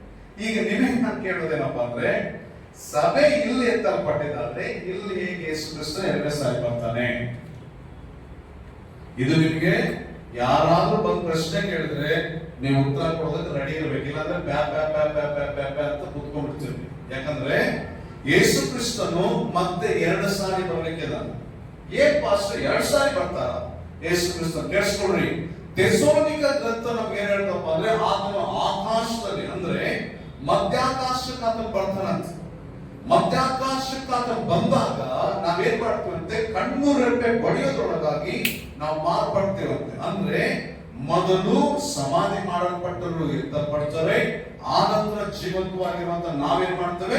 ಎತ್ತಲ್ಪಟ್ಟು ಮಧ್ಯಾಕಾಶದಲ್ಲಿ ಯೇಸು ಕ್ರಿಸ್ತನ ಸಾಧಿಸ್ತೇವೆ. ಅದುವೇ ಸಭೆಯ ಎತ್ತಲ್ಪಡುವಿಕೆ ಅಥವಾ ರಾಪ್ಚರ್ ಅಂತ ಇದಕ್ಕೆ ಹೇಳ್ತಾರೆ. ಅರ್ಥ ಆಯ್ತಾ? ಇದು ಬಹಿರಂಗ ಬರೋಣ ಅಲ್ಲ, ಇದು ರಹಸ್ಯ ಬರೋಣ. ಆಗ್ಲೇ ನೀನ್ ಹೇಳಿದ ಪ್ರಕಾರ ಇದು ರಹಸ್ಯ ಬರೋಣ. ಈ ರಹಸ್ಯ ಬರೋಣ ಇಲ್ಲ ಅಂತೇಳಿ ನಂಬುವಂತ ಜನರು ಬಹಳ ಜನರು ಇದ್ದಾರೆ. ಅವರೆಲ್ಲ ಬೈಬಲ್ ಧ್ಯಾನ ಮಾಡ್ತಾರೆ, ಬೈಬಲ್ ನಂಬ್ತಾರೆ, ಬೈಬಲ್ ಇದು ಮಾಡ್ತಾರೆ.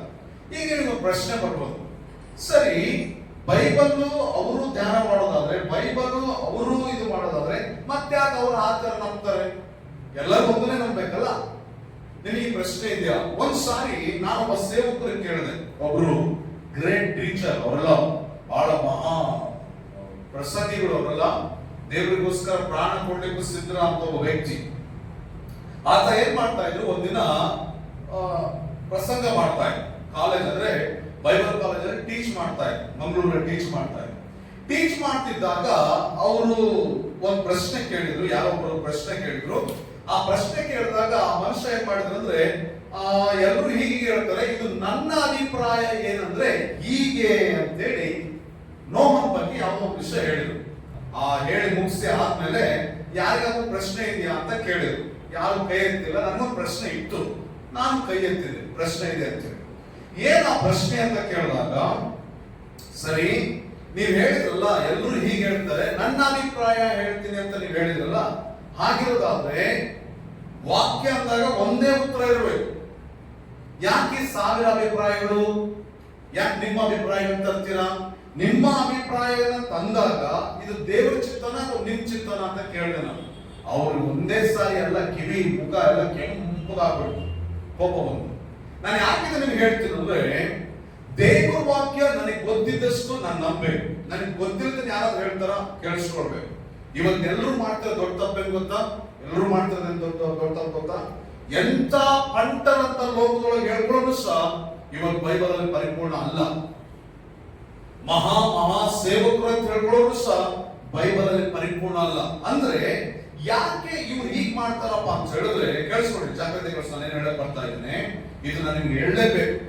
ಇವಾಗ ಬೈಬಲ್ ಅಲ್ಲಿ ಏನ್ ಮಾಡ್ತಾರಪ್ಪ ಅಂದ್ರೆ ಎಲ್ಲ ಓದ್ತಾರೆ. ಈಗ ನಾನು ಬೈಬಲ್ ಪೂರ್ತಿ ಓದಿದ್ದೇನೆ, ಬೈಬಲ್ ಪೂರ್ತಿ ಧ್ಯಾನ ಮಾಡಿದ್ದೇನೆ, ಬೈಬಲ್ ಪೂರ್ತಿ ನಾನು ಪ್ರಸಂಗ ಮಾಡಿದ್ದೇನೆ. ಈಗ ಬೈಬಲ್ ಪೂರ್ತಿ ಧ್ಯಾನ ಮಾಡ್ಕೊಂಡು ಪ್ರಸಂಗ ಮಾಡಿದಾಗ ನಾವೇನ್ ಮಾಡ್ತೀವಿ ಅಂತ ಹೇಳಿದ್ರೆ, ನಾ ಏನ್ ಮಾಡ್ಬಿಟ್ಟೆ ಕುತ್ಕೊಂಡು ಬೈಬಲ್ ಧ್ಯಾನ ಮಾಡೋದು ಬಹಳ ಚೆನ್ನಾಗಿ ಅನಿಸ್ತು ನನಗೆ. ಯಾರಿಗೆ ಚೆನ್ನಾಗಿ ಅನಿಸ್ತು? ನನಗೆ ಚೆನ್ನಾಗಿ ಅನಿಸ್ತು. ದೇವ್ರು ಹೇಳಿದ್ನ ಇಲ್ಲ ಗೊತ್ತಿಲ್ಲ, ನನಗೆ ಚೆನ್ನಾಗಿ ಅನಿಸ್ತು. ಸ್ಟಾರ್ಟಿಂಗ್ ನನಗೆ ಓದೋದು ಬರ್ದಿದ್ದಾಗ, ನನಗೆ ಬರೆಯಕ್ ಬರ್ದಿದ್ದಾಗ, ನನಗೆ ಬೈಬಲ್ ಅರ್ಥ ಆಗ್ತಿದ್ದಾಗ ನಾನು ದೇವ್ರ ಹತ್ರ ಕಾಡಿ ಬೇಡಿ ಪ್ರಾರ್ಥನೆ ಮಾಡ್ತಾ ಇದ್ದೆ. ಪ್ರಾರ್ಥನೆ ಮಾಡಿ ದೇವ್ರನ್ನ ತಿಳಿಸು ತೋರಿಸು ಅಂತ ನಾನು ಹೇಳ್ತಾ ಇದ್ದೆ. ಆದ್ರೆ ನಾನು ಯಾವಾಗ ಬೈಬಲ್ ಓದೋದು ಪ್ರಾಕ್ಟೀಸ್ ಆಯ್ತು, ವರ್ಷಗಟ್ಟಲೆ ಬೈಬಲ್ ಓದೋದು ಸ್ಟಾರ್ಟ್ ಆದಾಗ ನಾನು ಸುಮ್ಮನೆ ಓದ್ಕೋತ ಕುತ್ಕೊಂಡ್ಬಿಟ್ಟೆ. ಅದು ನನಗೆ ಇಷ್ಟ, ಅದು ನನಗೆ ಇಷ್ಟ. ನನಗೆ ಇಷ್ಟ ಅದಾಗಿರೋದ್ರಿಂದ ನಾನು ಏನ್ ಮಾಡ್ತೇನೆ, ಅದನ್ನ ಅನುಸರಿಸ್ತೇನೆ. ಅಂದ್ರೆ ಬೈಬಲ್ ಅಲ್ಲಿ, ಅಂದ್ರೆ ಪ್ರಪಂಚದಲ್ಲಿ ಯಾರೆಲ್ಲ ಇವತ್ತು ಸಿದ್ಧಾಂತ ಹೇಳ್ಕೊಂಡಿದಾರೋ ಅವರೆಲ್ಲ ಅವರ ಹೃದಯಕ್ಕೆ ಇಷ್ಟವಾದನೆ ಹೇಳ್ಕೊಂಡಿದ್ದಾರೆ ಹೊರತು ದೇವರ ಚಿತ್ತ ಅದಲ್ಲ. ಅದಕ್ಕೆ ಯಾರಾದ್ರೂ ಒಬ್ಬರಿಗೆ ಬಹಳ ದೊಡ್ಡದಾಗಿ ನನ್ಗೆ ವಾಕ್ಯ ಗೊತ್ತು ಅಂತ ಹೇಳೋದಾದ್ರೆ, ಈ ವಾಕ್ಯ ಹೀಗಿದೆ ಅಂತ ಹೇಳೋದಾದ್ರೆ, ಅವ್ರಿಗೆ ಕೇಳಬೇಕಾದ ಮೊದಲ ಪ್ರಶ್ನೆ ಗೊತ್ತಾ? ಇದು ದೇವರು ಹೇಳಿದ್ದಕ್ಕೆ ನಿಮ್ಗೆ ಇಷ್ಟನಾ ಅಥವಾ ನಿಮ್ಮ ಹೃದಯಕ್ಕೆ ಅದು ಇಷ್ಟನಾ? ದೇವರು ಹೇಳಿದ್ದಾದ್ರೆ ನಾವು ಸರಿ ಸಮವಾಗಿ ಇಟ್ಕೊಳ್ತೇವೆ.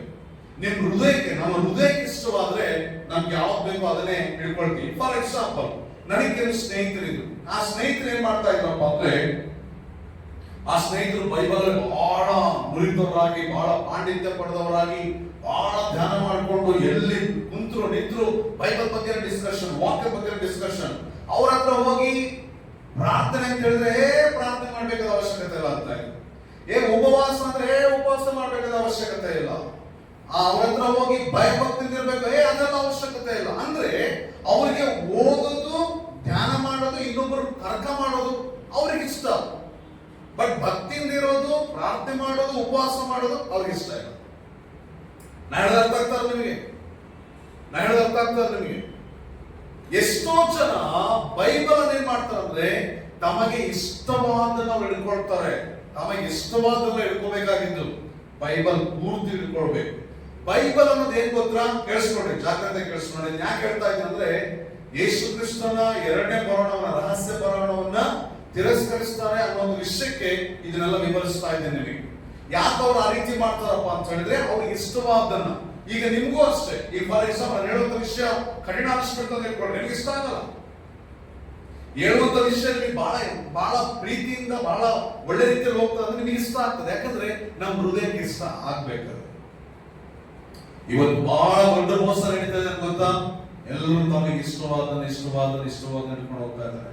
ಬಟ್ ಬೈಬಲ್ ಎಲ್ಲರೂ ಇಟ್ಕೊಳ್ಬೇಕು. ನಾನು ನಿಜ ಹೇಳ್ತೀನಿ, ಇಷ್ಟ ಬಹಳ ಕಣ್ಣೀರ್ ಬರ್ತದೆ ನನಗೆ. ಎಲ್ಲರೂ ತಮಗೆ ಇಷ್ಟವಾದ ಇಟ್ಕೊಂಡು ಹೋಗ್ತಾರೆ. ಕೆಲವರು ನೋಡಿ ಬರೇ ಉಪವಾಸ ಪ್ರಾರ್ಥನೆ ಬಿಟ್ಟರೆ ಬೇರೆ ಯಾವುದೇ ಇಷ್ಟ ಆಗಲ್ಲ ಅವ್ರಿಗೆ. ಕೆಲವರು ನೋಡಿ ಬರೇ ಅದ್ಭುತಗಳು, ಅವ್ರಿಗೆ ಅದ್ಭುತಗಳು ಬಿಟ್ಟರೆ ಬೇರೆ ಯಾವುದೇ ಇಷ್ಟ ಆಗಲ್ಲ ಅವ್ರಿಗೆ. ಕೆಲವರು ನೋಡಿ ಬರೇ ಸುವಾರ್ತೆ ಬಿಟ್ಟರೆ ಬೇರೆ ಯಾವುದೇ ಇಷ್ಟ ಆಗಲ್ಲ ಅವ್ರಿಗೆ. ನನಗೆ ಬಹಳ ಇಷ್ಟವಾದ ಒಬ್ಬ ಟೀಚರ್ ಇದ್ದಾರೆ. ಆ ಟೀಚರ್ ಬಂದು ಒಂದಿನ ಅವ್ರು ದೇವ್ರ ವಾಕ್ಯವನ್ನು ಹೇಗೆ ಬೋಧಿಸ್ತಾರಂದ್ರೆ, ವಾಕ್ಯ ಬೋಧಿಸ್ತಾ ಇದ್ರೆ ಮೈ ಮರೆತು ಹೋಗ್ಬೇಕು. ಆದ್ರೆ ಅಂತ ಒಬ್ಬ ವ್ಯಕ್ತಿಯೂ ಸಹ ದೇವರ ಶಕ್ತಿ ಬಗ್ಗೆ ಮಾತಾಡ್ತಾರೆ. ದೇವರ ಶಕ್ತಿಯನ್ನ ಉಪಯೋಗಿಸ್ಕೊಳ್ಳೋಕೆ ಅವರು ಫೇಲ್ ಆಗ್ಬಿಟ್ರು.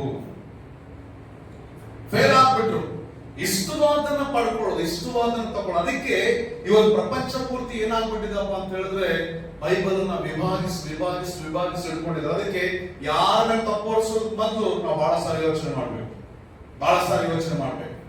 ನಾನು ಸಹ ಮಾಡಿದ್ದೀನಿ ತಪ್ಪನ್ನ, ಬಹಳ ಸಲ ನಾನು ಮಾಡಿದ್ದೇನೆ.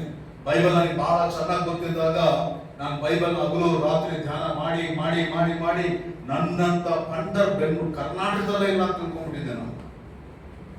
ನನಗಿಂತ ಎಷ್ಟೆಷ್ಟೋ ದೊಡ್ಡ ಸೇವಕರಿದ್ರು. ನನಗಿಂತ ಮೊದಲು ಇಡೀ ಚಂದ್ರದರ ಎನ್ನುವಂತವ್ರು, ನನಗಿಂತ ಮೊದಲು ಪ್ರಭಾಕರಯ್ಯ ಅನ್ನುವಂಥವ್ರು, ನನಗಿಂತ ಮೊದಲು SR ಮನೋಹರ್ ಅನ್ನುವಂಥವ್ರು, ನನಗಿಂತ ಮೊದಲು ಸೈಮನ್ ಪ್ರಕಾಶ್ ಅನ್ನುವಂಥವ್ರು, ನನಗಿಂತ ಮೊದಲು ದೊಡ್ಡ ಸೇವಕರಿದ್ರು. ಅವರೆಲ್ಲ ಅವರೆಲ್ಲ ಭಯಂಕರವಾದ ಸೇವೆ ಮಾಡಿದವರು. ನನಗಿಂತ ಮೊದಲು ಜಾಪರಾನ್ ಅಂತ ಸೇವಕರಿದ್ರು, ನನಗಿಂತ ಮೊದಲು ಎಂತೆಂಥದೋ ಸೇವಕರಿದ್ರು. ಆದ್ರೆ ನನ್ನಂತ ರೀತಿಯಲ್ಲಿ ಬೈಬಲ್ ಆಲೋಚನೆ ಮಾಡುವಂತವನು, ನನ್ನಂತ ರೀತಿಯಲ್ಲಿ ವೇಗವಾಗಿ ಕೆಲಸ ಮಾಡೋರು ಇನ್ನೊಬ್ಬರು ನಾನು ನೋಡಿರ್ಲಿಲ್ಲ. ನಾನೇ ತಿಳ್ಕೊಂಡ್ರೆ ಓದಿ ಓದಿ ಓದಿ ಓದಿ ಓದಿ ನಾನ್ ಒಳಗೆ ನನ್ನೊಳಗೆ ಗರ್ವ ಬರಲು ಸ್ಟಾರ್ಟ್ ಆಗ್ಬಿಡ್ತು. ನನ್ನಂತ ಕೆಲಸ ಯಾವನು ಮಾಡಲ್ಲ, ನನ್ಗಿಂತ ಇನ್ನೊಬ್ರಿಗೆ ಯಾರು ಗೊತ್ತಿಲ್ಲ ಅಂತ ಹೇಳಿ ಭಯಂಕರವಾದ ವಿಷಯಗಳು ನನ್ನೊಳಗೆ ಅಹಂಕಾರ ತುಂಬಿದಾಗ ದೇವರ ಅಹಂಕಾರ ತೆಗೆದು ಹಾಕೋದಕ್ಕೋಸ್ಕರ ನನ್ನ ಲೈಫಲ್ಲಿ 5 ವರ್ಷ ಬೇಕಾಯ್ತು. ನನ್ನ ಲೈಫಿಗೆ 5 ವರ್ಷ ಬೇಕಾಯ್ತು. ಅಂದ್ರೆ ನನಗೆ ಇದನ್ನೆಲ್ಲ ಕಳ್ಕೊಂಡಾಗ ನನಗೆ ರಿಯಾಲಿಟಿ ಗೊತ್ತಾಯ್ತು, ಅದಲ್ಲ ಇದು ಸತ್ಯ. ನಾನು ಸಹ ಮಾಡಿದ್ದೇನೆ, ಅಯ್ಯೋ ಅವ್ರ ತಪ್ಪು ಇವ್ರ ತಪ್ಪು ಅಂತೇಳಿ ನೋಡಿ. ಪ್ರೀತಿಯಿಂದ ಒಬ್ಬನ ತಿದ್ದೋದು ಬೇರೆ, ಬಟ್ ತಪ್ಪೋರ್ಸೋದಕ್ಕೋಸ್ಕರ ಬೈಬಲ್ ಹುಡುಕೋದು ಬಹಳ ತಪ್ಪಾಗ್ತದೆ. ನಾನು ಯಾಕೆ ಹೇಳ್ತೇನೆ ಅಂದ್ರೆ, ಇವತ್ತು ಬೈಬಲ್ ಅನ್ನು ಎಲ್ಲರೂ ಏನ್ ಮಾಡಿದ್ದಾರೆ, ವಿಭಾಗ ಮಾಡ್ಕೊಂಡ್ಬಿಟ್ಟಿದ್ದಾರೆ. ತಮ್ಗೆ ಇಷ್ಟವಾದನ್ನು ಮಾತ್ರ ಪಡ್ಕೊಳ್ಳೋದು, ತಮಗೆ ಇಷ್ಟವಾದನ್ನು ಮಾತ್ರ ಇಟ್ಕೊಳ್ಳೋದು. ಕೆಲವರು ಬರೇ ಅನ್ಯ ಭಾಷೆ, ಕೆಲವರು ಬರೇ ಅದ್ಭುತಗಳು, ಕೆಲವರು ಬರೇ ಉಪವಾಸ ಪ್ರಾರ್ಥನೆ, ಕೆಲವರು ಬರೇ ಸಭೆಗಳು ಮಾಡೋದು, ಕೆಲವರು ಬರೇ ವರ್ಷನ್ ನಂಬೋದು, ಕೆಲವರು ಬರೇ ಸಭೆಗಳು ಮಾಡ್ಕೊಂಡು ಹೋಗೋದು. ಅಂದ್ರೆ ಅವರಿಗೆ ಇಷ್ಟವಾದ ಮಾತ್ರ ನಂಬ್ಕೊಂಡು ಹೋಗ್ತಾರೆ. ಬೈಬಲ್ ವಾಕ್ಯ ಅಂತಂದ್ರೆ ಅಂದ್ರೆ ದೇವ ವಾಕ್ಯ ಅಂತಂದ್ರೆ ಹೇಳಿ ನೋಡೋಣ. ಇಬ್ರಿಯ ಪತ್ರಿಕೆ 4ನೇ ಅಧ್ಯಾಯದ 12ನೇ ವಚನದ ಪ್ರಕಾರ ಬೈಬಲ್ ವಾಕ್ಯ ಎತ್ತದು, ದೇವ ವಾಕ್ಯ ಎತ್ತದು ಇಬ್ಬಾಯಿ ಕತ್ತಿ. ಇಬ್ಬಂದ್ರೆ ಏನು? ಇಬ್ಬಾಯಿ ಅಂದ್ರೆ ಇಬ್ಬಂದ್ರೆ ಎರಡು ಅಂತ ಹೇಳಿ, ಬಾಯಿ ಅಂದ್ರೆ ಎರಡು ಕಡೆ ಬಾಯಿ ಅಂದ್ರೆ ಎರಡು ಬಾಯಿ. ದೇವ ವಾಕ್ಯ ಇಬ್ಬಾಯಿ ಕತ್ತಿ ಅಂದ್ರೆ ಇದು ಕತ್ತಿ ಅಂತ ಇಟ್ಕೊಳ್ಳು, ಈ ಕಡೆಗೂ ಬಾಯಿ ಇದೆ, ಈ ಕಡೆಗೂ ಬಾಯಿ ಇದೆ. ಈಗ ನಾವೇನ್ ಕಲಿತಿದ್ವಿ ಅಂದ್ರೆ, ನಾವು ಚಿಕ್ಕ ವಯಸ್ಸಲ್ಲಿ ನಾನು ಸೇವೆ ಸ್ಟಾರ್ಟ್ ಮಾಡಿದಾಗ ಕತ್ತಿ ಯಾವಾಗಲೂ ದೇವ ವಾಕ್ಯ ಕೇಳಂಗೂ ಹೇಳ್ತದೆ, ಹೇಳಂಗೂ ಹೇಳ್ತದೆ ಅಂತ ನಾನು ಈ ರೀತಿ ನಂಬಿದ್ದೆ. ಬಟ್ ಅವತ್ತಿನ ಕಾಲದಲ್ಲಿ, ಗ್ರೀಕರ ಕಾಲದಲ್ಲಿ ಕತ್ತಿನ ಹೀಗೆ ಉಪಯೋಗಿಸ್ತಿರ್ಲಿಲ್ಲ, ಕತ್ತಿಯನ್ನ ಹೀಗೆ ಉಪಯೋಗಿಸ್ತಾರೆ, ಕತ್ತಿಯನ್ನ ಹೀಗೆ ಉಪಯೋಗಿಸ್ತಾರೆ. ಈಗ ಬೈಬಲ್ ವಾಕ್ಯವನ್ನ ನಾವು ಕೊಡುವಾಗ ಸಮತೂಕ ಮಾಡಿ ಕೊಡ್ಬೇಕು. ಸಮತೂಕ ಅಂದ್ರೆ ಎರಡು ಕಡೆ ಸರಿಯಾದಂತ ತೂಕ ಮಾಡಿ ನಾವು ಕೊಡಬೇಕು. ಹಾಗಿರ್ಬೇಕಾದ್ರೆ ಜಾಗ್ರತೆ ಕೆಡಿಸ್ಕೊಳ್ರಿ. ಈಗ ಬೈಬಲ್ ವಾಕ್ಯದಲ್ಲಿ ಒಂದು ಕಡೆ ಒಂದು ವಿಷಯ ಮಾತಾಡೋದು, ಇನ್ನೊಂದು ಕಡೆ ಇನ್ನೊಂದು ವಿಷಯ ಮಾತಾಡ್ತಾರೆ. ಎರಡನ್ನೂ ಸಮನಾಗಿ ನೋಡಿ ನಮ್ಮ ಜನರಿಗೆ ಕೊಡ್ಬೇಕು. ಎರಡನ್ನೂ ಸಮನಾಗಿ ನೋಡಿ ಸಮನಾಗಿ ಕೊಡ್ಬೇಕು. ಇದು ಫಾರ್ ಎಕ್ಸಾಂಪಲ್, ಈಗ ಒಂದು ಕಡೆ ವಿಗ್ರಹಕ್ಕೆ ನೈವೇದ್ಯ ಮಾಡಿದ್ದು ತಿನ್ಬಾರ್ದು ಅಂತ ಬೈಬಲ್ ವಾಕ್ಯ ಮಾತಾಡ್ತದೆ, ಇನ್ನೊಂದು ಕಡೆ ತಿನ್ಬೋದು ಅಂತ ಮಾತಾಡ್ತದೆ. ಯಾರು ನಂಬಿಕೆ ಒಳಗೆ ಬಲಿಷ್ಠನಾಗಿರ್ತಾನೋ, ಯಾರು ನಂಬಿಕೆ ಒಳಗೆ ಶಕ್ತಿಶಾಲಿ ಆಗಿರ್ತಾನೋ, ವಿಶ್ವಾಸ ಬೆಳೆದು ನಿಂತದ ವಿಶ್ವಾಸ ಆಗಿರ್ತಾನೆ, ನಮಗೆ ಅವನಿಗೆ ಯಾವುದೇ ಒಂದು ಪ್ರಸಾದ ತಿಂದ್ರು ಅಥವಾ ನೈವೇದ್ಯ ಮಾಡಿದ್ರು ನಮ್ಗೆ ಏನೂ ಆಗೋದಿಲ್ಲ.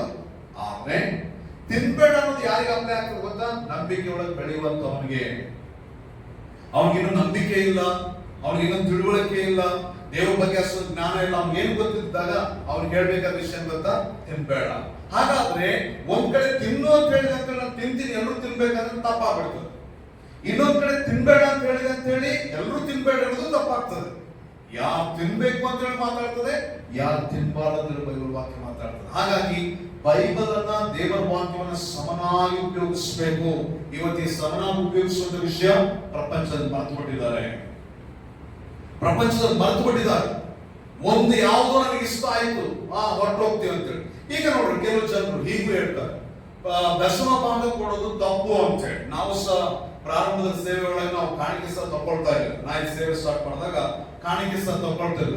ದಶಮ ಭಾಗ ತಗೊಳ್ಬಾರ್ದು ಅಂತ ಹೇಳಿ ಮಾತಾಡ್ತಾರೆ. ದಶಮ ಭಾಗ ಒಂದು ಹಳೆ ಒಡಂಬಡಿಕೆ ಅಂತ ಹೇಳಿ ಮಾತಾಡ್ತಾರೆ. ಅವ್ರು ಹೇಳೋ ಸರಿನಾ ತಪ್ಪು? ಸರಿ. ಯಾಕಂದ್ರೆ ದಶಮ ಭಾಗದ ಬಗ್ಗೆ ಎಲ್ಲಿ ಬರೆಯಲ್ಪಟ್ಟದೆ? ಹಳೆ ಒಡಂಬಡಿಕೆ ಬರೆಯಲ್ಪಟ್ಟದೆ. ಹಾಗಾದ್ರೆ ಹೊಸ ಒಡಂಬಡಿಕೆ ಏನ್ ಹೇಳ್ತದೆ? ಹೊಸ ಒಡಂಬಡಿಕೆ ದಶಮ ಭಾಗ ಅನ್ನೋ ಪದ ಎಲ್ಲಾದ್ರೂ ಬರೆಯಲ್ಪಟ್ಟಿದೆಯಾ? ಇಲ್ಲ. ದಶಮ ಭಾಗ ಕೊಡ್ಬೇಕನ್ನೋ ವಿಷಯ ಬೈಬಲ್ನಾಗೆ ಹೊಸ ಒಡಂಬಡಿಕೆಯಲ್ಲಿ ಬರೆಯಲ್ಪಟ್ಟಿಲ್ಲ. ಹಾಗಿದ್ರೆ ಹಳೆ ಒಡಂಬಡಿಕೆ ನನಗೆ ಅಪ್ಲೈ ಆಗ್ತದ? ಅಪ್ಲೈ ಆಗಲ್ಲ. ಯಾಕಂದ್ರೆ ನಾನು ಹಳೆ ಒಡಂಬಡಿಕೆಯವನ್ನಲ್ಲ. ಹೌದಾ ಇದು? ಹಾಗಂತೇಳಿ ನಾನು ಹಳೆ ಒಡಂಬಡಿಕೆ ತಗೊಂಡು ಹೊಸ ಒಡಂಬಡಿಕೆ ಜನರ ಮಧ್ಯದಲ್ಲಿ ದಶಮ ಭಾಗ ಕೊಡ್ಬೇಕಂತ ನಾನು ಹೇಳ್ಬೋದಾ? ಹೇಳಲಿಕ್ಕೆ ಸಾಧ್ಯನಾ? ಹಾಗಾದ್ರೆ ಹೊಸ ಒಡಂಬಡಿಕೆ ದಶಮ ಭಾಗದ ಬಗ್ಗೆ ಏನ್ ಮಾತಾಡ್ತದೆ ಕೇಳಿಸ್ಕೊಳ್ರಿ. ಕಣ್ಣು ತೆರೆದು ಕಿವಿ ತೆರೆದು ಕೇಳಿಸ್ಕೊಳ್ರಿ. ಹೊಸ ಒಡಂಬಡಿಕೆ ದಶಮ ಭಾಗದ ಬಗ್ಗೆ ಮಾತಾಡಲ್ಲ. ದಶಮ ಭಾಗ ಅಂದ್ರೆ ಏನು? ನೀನು 100 ರೂಪಾಯಿ ಸಂಪಾದನೆ ಮಾಡಿದ್ರೆ 10 ರೂಪಾಯಿ ಕೊಡ್ಬೇಕು. ಒಂದು ಮೂಟೆ ನೀನು ಅಕ್ಕಿಯನ್ನ ಸಂಪಾದನೆ ಮಾಡಿದ್ರೆ ಆ ಮೂಟೆ ತೂಕದೊಳಗೆ 10 ಪಾಲು ತೆಗಿಬೇಕು. ಇದು ದಶಮ ಭಾಗ. ಹೊಸ ಒಡಂಬಡಿಕೆ ಏನ್ ಗೊತ್ತಾ? ನಿಮಗೆ ಇರೋದನ್ನೆಲ್ಲ ದೇವರಿಗೆ ಕೊಡ್ಬೇಕು. ಇದು ಹೊಸ ಒಡಂಬಡಿಕೆ. ಇದು ಹೊಸ ಒಡಂಬಡಿಕೆ. ಈಗ ನಾನು ಯಾವ್ದನ್ನು ಬೋಧನೆ ಮಾಡ್ಬೇಕು ಅವ್ರಿಗೆ? ನಾನು ಇದು ನಿಮಗೆ ಯಾಕೆ ವಿವರಿಸ್ತಾ ಇದ್ದೀನಿ ಅಂದ್ರೆ, ನಾವು ದಶಮ ಕೊಡ್ಬೇಕು ಕೊಡಬಾರ್ದು ಅಂತಲ್ಲ, ನಾವು ಹೇಗೆ ಅರ್ಥ ಮಾಡ್ಕೊಳ್ಬೇಕು, ದೇವರ ವಾಕ್ಯವನ್ನ ಹೇಗೆ ಅರ್ಥ ಮಾಡ್ಕೊಳ್ಬೇಕಂತ ಹೇಳಿ ನಾನು ನಿಮಗೆ ಇದನ್ನೆಲ್ಲ ವಿವರಿಸ್ತಾ ಇದ್ದೀನಿ. ಇದನ್ನ ಯಾಕಂದ್ರೆ ನೋಡ್ರಿ, ನಾನಿಲ್ಲಿ ಹೇಳಿದೆ ನಿಮಗೆ, ಸಭೆ ಇಲ್ಲೇ ಬರ್ತದೆ, ಯೇಸು ಕ್ರಿಸ್ತ ಇಲ್ಲಿ ಬರ್ತಾನೆ. ಇದಕ್ಕೋಸ್ಕರ ನಿಮಗೆ ಈ ವ್ಯತ್ಯಾಸವನ್ನು ತಿಳಿಸಿದೆ. ಹಾಗಾದ್ರೆ ಯೇಸು ಕ್ರಿಸ್ತ ಫಸ್ಟ್ ಬರ್ತಾರೆ, ಮಧ್ಯಾಕಾಶಕ್ಕೆ ಬರ್ತಾನೆ. ನಮಗೋಸ್ಕರವಾಗಿ ಮಧ್ಯಾಕಾಶಕ್ಕೆ ಬರ್ತಾನೆ ಅಂತ ಅದು ಯಾರಿಗೂ ಸಹ ಗೊತ್ತಾಗೋದಿಲ್ಲ. ಸಭೆ ವಿಶ್ವಾಸಿಗಳ ನಮಗಷ್ಟೇ ಗೊತ್ತಾಗ್ತದೆ. ಮತ್ತೆ ಸಭೆ ಕೂತ್ಕೊಂಡು ಯಾರೆಲ್ಲ ಕೇಳಿಸ್ಕೊಂಡಿರ್ತಾರೋ ಅವ್ರಿಗೆ ಗೊತ್ತಾಗ್ತದೆ. ಯಾರವರು ಕೈ ಬಿಡಲ್ಪಟ್ಟಿರ್ತಾರ ನೋಡಿ, ಅವ್ರಿಗೆ ಗೊತ್ತಾಗ್ತದೆ. ಮಿಕ್ಕಿದವ್ರಿಗೆ ಅದು ಗೊತ್ತಾಗಲ್ಲ.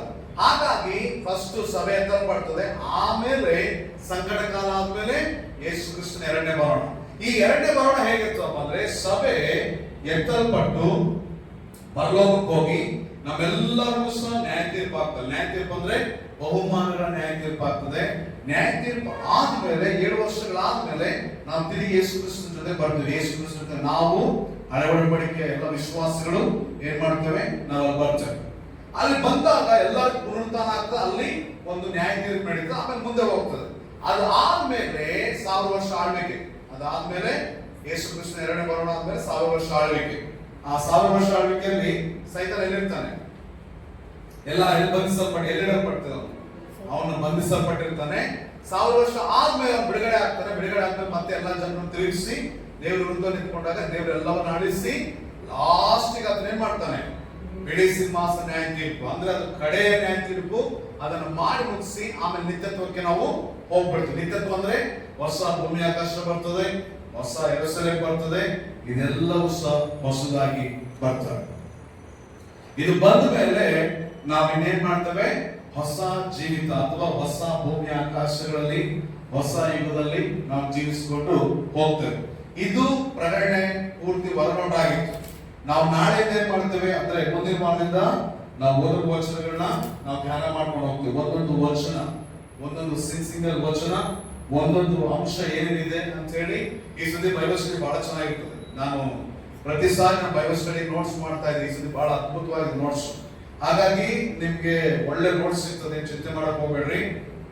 ಮುಂದಿನ ವಾರದಿಂದ ನಾವೇನ್ ಮಾಡ್ತೇವೆ, ಒಂದೊಂದು ಪದಗಳನ್ನ ನಾವು ಧ್ಯಾನ ಮಾಡ್ತಾ ಹೋಗ್ತೇವೆ. ಸರಿ, ಏನಾದ್ರು ಪ್ರಶ್ನೆ ಇದೆ ಇದರಲ್ಲಿ? ಏನಾದ್ರು ಪ್ರಶ್ನೆ ಇದೆಯಾ ಅಥವಾ ಮುಗಿಸೋಂತ? ಅರ್ಥನೇ ಆಗಿಲ್ಲ ಅಂತ ನಾನೇ ಪ್ರಶ್ನೆ ಕೇಳಿದ್ವಿ, ಶಿಷ್ಯರು ಹೋಗ್ತೀನಿ. ನಾನು ಪ್ರಶ್ನೆ ಕೇಳಿದ್ರೆ ಅದನ್ನು ಹೋಗ್ತೀನಿ. ಅದಕ್ಕೆ ಏನಾದ್ರು ಪ್ರಶ್ನೆ ಇದೆನೋ? ಪ್ರಶ್ನೆಗಳು ಬರ್ಬೇಕು ನಿಮ್ಗೆ. ಪ್ರಶ್ನೆಗಳು ಬಂದಿಲ್ಲ ಅಂದ್ರೆ ಬಹಳ ಕಷ್ಟ. ಇದು ಪೂರ್ತಿ ಹೊರನೋಟ, ಪ್ರಕಟಣೆ ಗ್ರಂಥದ ಹೊರನೋಟ ಇದಾಗಿದೆ. ನೆನಪಲ್ಲಿ ಇಟ್ಕೊಳ್ರಿ. ಮುಂದಿನ ವಾರದಿಂದ ನಾವೇನ್ ಮಾಡ್ತೇವೆ, ಮುಂದಿನ ವಾರ ಬುಧವಾರದಿಂದ ನಾವೇನ್ ಮಾಡ್ತೇವೆ, 1ನೇ ವಚನದಿಂದ ನಾವು ಒಂದೊಂದು ವಚನಗಳನ್ನು ಸಹ ನಾವು ಧ್ಯಾನ ಮಾಡ್ತಾ ಹೋಗ್ತೇವೆ. ಹಾಗಾಗಿ ಏನು ಪ್ರಶ್ನೆ ಇಲ್ಲ ಅಂದ್ರೆ ನಾವೇನ್ ಮಾಡೋಣ, ಪ್ರಾರ್ಥನೆ ಮಾಡಿ ಮುಗಿಸೋಣ. ಪ್ರಾರ್ಥನೆ ಮಾಡೋಣ ಸರ್. ನಾವು ಮುಗಿಸಿ ಪ್ರಾರ್ಥನೆ ಮಾಡೋಣ.